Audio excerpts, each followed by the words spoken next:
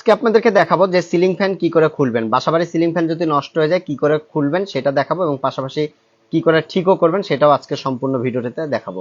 তো সর্বপ্রথম আমরা সবগুলো খুলে নিচ্ছি আস্তে আস্তে, আর আপনারা যেভাবে খুলবেন সেভাবে লাগাবেন। তো যে নাটগুলো আছে, 3টা নাট থাকে ফ্যানের, 3টা নাটই আমরা আস্তে আস্তে করে খুলে নিব। তো দেখতে পাচ্ছেন নাটগুলো খুলে নিচ্ছি, এর জন্য ভালো একটা স্ক্রু ড্রাইভার কিন্তু আপনাদের প্রয়োজন আছে। এই নাট খোলার পরে যে বড় বড় নাটগুলো দেখতে পাচ্ছেন, এই নাটগুলো আমরা হার্ডওয়্যার দোকান থেকে কিনেছিলাম।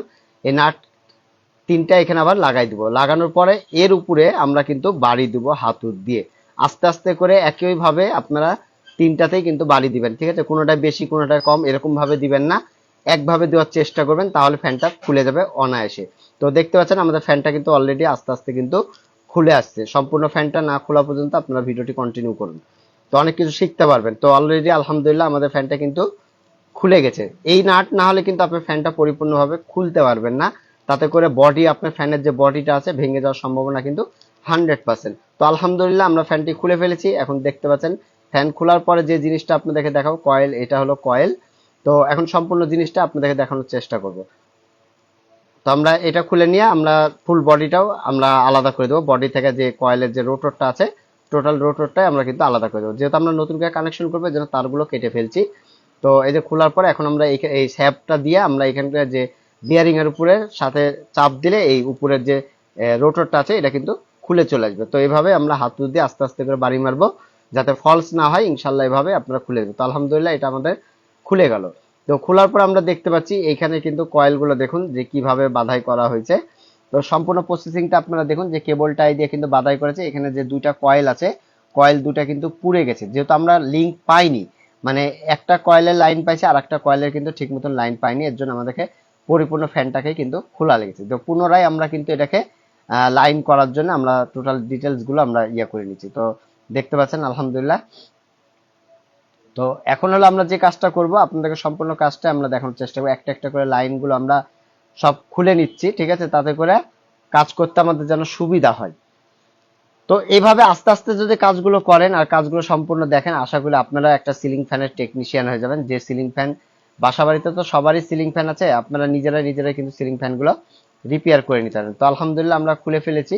এখন আপনাদেরকে আমরা পরিপূর্ণ জিনিসটা দেখাবো যে আসলে অ্যাকচুয়ালি ফ্যানটার কি অবস্থা আছে। তো আমরা এখন একটু কয়েলটাকে চেক আপ করে নেব যে আসলে কোন কয়েলটা আমাদের পাচ্ছে না, স্টার্টিং না রানিং।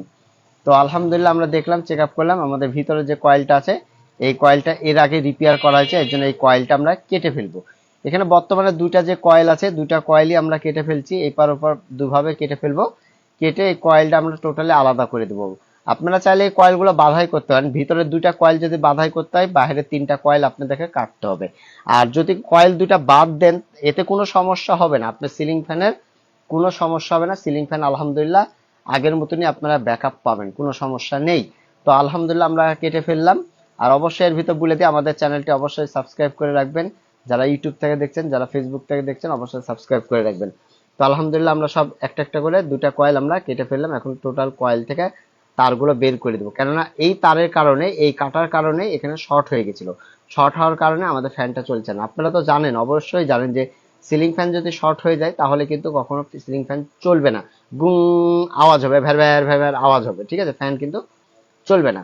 আমরা দুইটা তারই কিন্তু অলরেডি খুলে দিলাম। আর এইখানে কিন্তু তামার তার ব্যবহার করেনি, এই সিলিং ফ্যানটাতে অ্যালুমিনিয়াম তার ব্যবহার করেছে, ঠিক আছে? এই সিলিং ফ্যানটাতে তামার তার না, অ্যালুমিনিয়াম তার।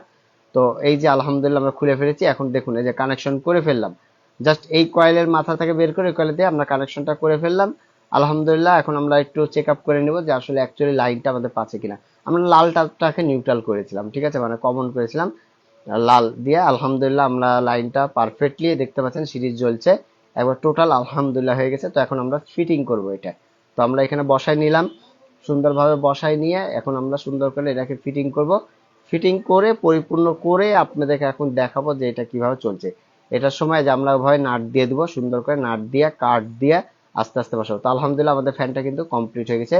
এই যে আমাদের সিলিং ফ্যানটি চলছে। তো আলহামদুলিল্লাহ, তো এইভাবেই ঠিক করতে হয়।